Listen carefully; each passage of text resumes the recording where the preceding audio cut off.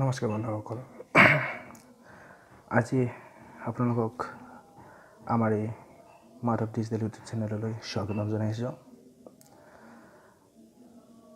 আজি আমি আপোনালোকৰ সৈতে আলোচনা কৰিম বা আপোনালোকক আমি জনাম যে পান কাৰ্ড কিদৰে বনাব পৰা যায় বা পান কাৰ্ডৰ কি ডকুমেণ্টছৰ দ্বাৰা আমি পান কাৰ্ড বনাব পাৰিম বা পান কাৰ্ড ক'ত প্ৰয়োজন হয় বা পান কাৰ্ড সম্পৰ্কীয় কি নতুন নিৰ্দেশনা বৰ্তমান আছে।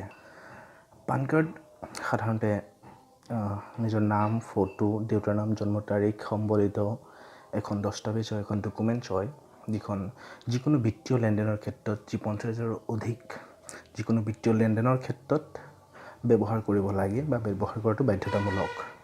ধৰক আমি মাটি বাৰী হওক বা বেংকত টকা জমা বা উদ্যয় হওক বা কোনোবা মাটিৰ কিনা বেচা হ'ব পাৰে বা যিকোনো ক্ষেত্ৰত য'ত 50,000 টকাৰ অধিক মূল্যৰ লেনদেন হয় তাতে পান কাৰ্ড দিয়াটো বাধ্যতামূলক হয়। পান কাৰ্ডৰ কাৰণে সাধাৰণতে কি ডকুমেণ্টছৰ প্ৰয়োজন হয়? আপোনালোকে দেখা পাইছে যে আধাৰ কাৰ্ড, ড্ৰাইভিং লাইচেঞ্চ আৰু পাছপোৰ্ট, ইণ্ডিয়ান পাছপোৰ্ট, এই তিনিটা ডকুমেণ্টছৰ প্ৰয়োজন হয়। এই তিনিটা ডকুমেণ্টছৰ যিকোনো এটা আধাৰ কাৰ্ড, পাছপোৰ্ট বা আপোনাৰ ড্ৰাইভিং লাইচেঞ্চ, তিনিটাৰ পৰা যিকোনো এখন কাগজেই আপোনাৰ কাৰণে পৰ্যাপ্ত হ'ব পান কাৰ্ড বনাবৰ বাবে।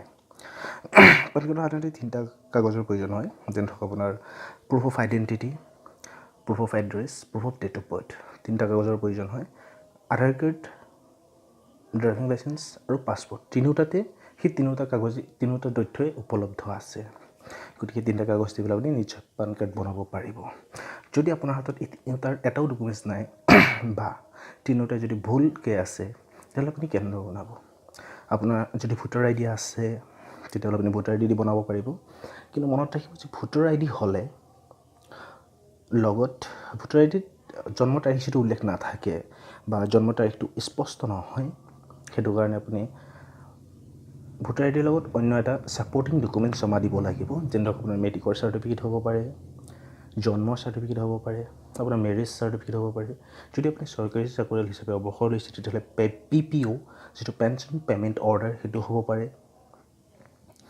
য'ত আপোনাৰ জন্মৰ তাৰিখ উল্লেখ আছে, আপুনি সেয়া দস্তাবেজ দি বনাব পাৰিব।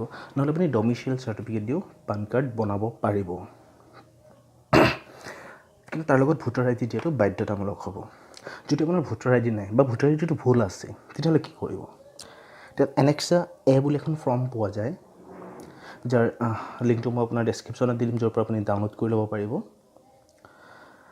এনেক্সা এ ফৰ্ম ফিল আপ কৰিব লাগিব। সেইখন আপোনাৰ কোনোবা গেজেটেড অফিচাৰ, যেনে ধৰক হাইস্কুলৰ হেডমাষ্টাৰ হ'ব পাৰে বা কোনো ডক্টৰ হ'ব পাৰে, তেওঁলোকৰ পৰা আপুনি ফৰ্ম ফিল আপটো কৰাই ল'ব লাগিব।